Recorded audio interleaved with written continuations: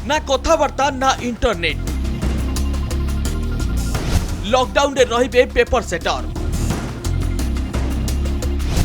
परीक्षा सरीबा जाए देखि परिबेनी बाहर दुनिया। निकटरे घटिथिबा नीट यूजी पेपर लीक विवाद सारा देशर शिक्षा व्यवस्था को एक बड़ झटका देइथिला।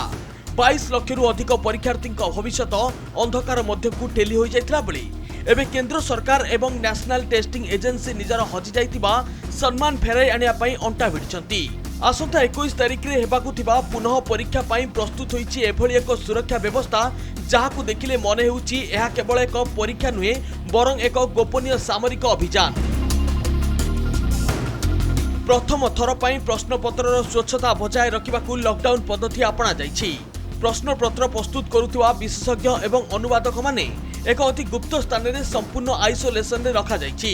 परीक्षा शेष न होबा पर्यंत सेमाने निज परिवार तथा बाहर दुनियारू विच्छिन्न होई रहिबे। सेमानकर समस्त व्यक्तिगत गैजेट, स्मार्ट वॉच एवं मोबाइल फोन जबत करा जाइछि। एपरिकी से अंचल रे इंटरनेट व्यवहार उपरे कठोर प्रतिबंधक लगा जाइछि। सुरक्षार एही चक्रव्यूह रे एथर सामिल होइछि भारतीय वायुसेना।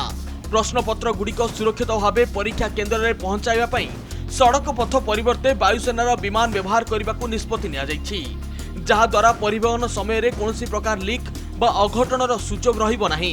प्रश्नपत्र प्रस्तुति ठारू परिवहन पर्यंत समस्त कार्य को कंपार्टमेंटालाइज करा जाइछि, अर्थात कोनोसी जणे व्यक्ति पाखरे संपूर्ण प्रक्रिया सूचना रहिबो नाही। टेलीग्राम एवं व्हाट्सएप परी प्लाटफर्म रे गुजब एवं नकली प्रश्नपत्र बिक्री करुथिबा गैंग उपरे साइबर सेल 24 घंटिया नजर रखिछि। प्रतिटी गतिविधिर डिजिटल लॉग रखा जाइछि।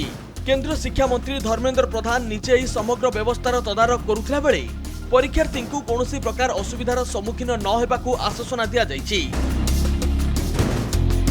जून 21 अपराह्न 2 ରୁ 5:15 पर्यंत देश विदेश रे 565 सहर रे अनुष्ठित हेबाकू थिबा एही परीक्षा रे केवल छात्र छात्री नुहे बरं एनटीए पाई मध्य एक बड़ अग्नि परीक्षा। कठोर सुरक्षा व्यवस्था एवं नूतन ज्ञान कौशल माध्यम सरकार चाहूचंती जे शिक्षा व्यवस्था उपरु जेपरी साधारण जनता और छात्र समाजर विश्वास टूटी न जाऊ। एही अभेद्य चक्रव्यूह भितरे नीट पुनः परीक्षा केते सफल हेउछि एवं पिलामाने निजर प्रकृत योग्यता अनुसार फलाफल पाउछंती कि नाही ताहा देखिबाकू बाकी रहिला। ब्यूरो रिपोर्ट, कनक डिजिटल।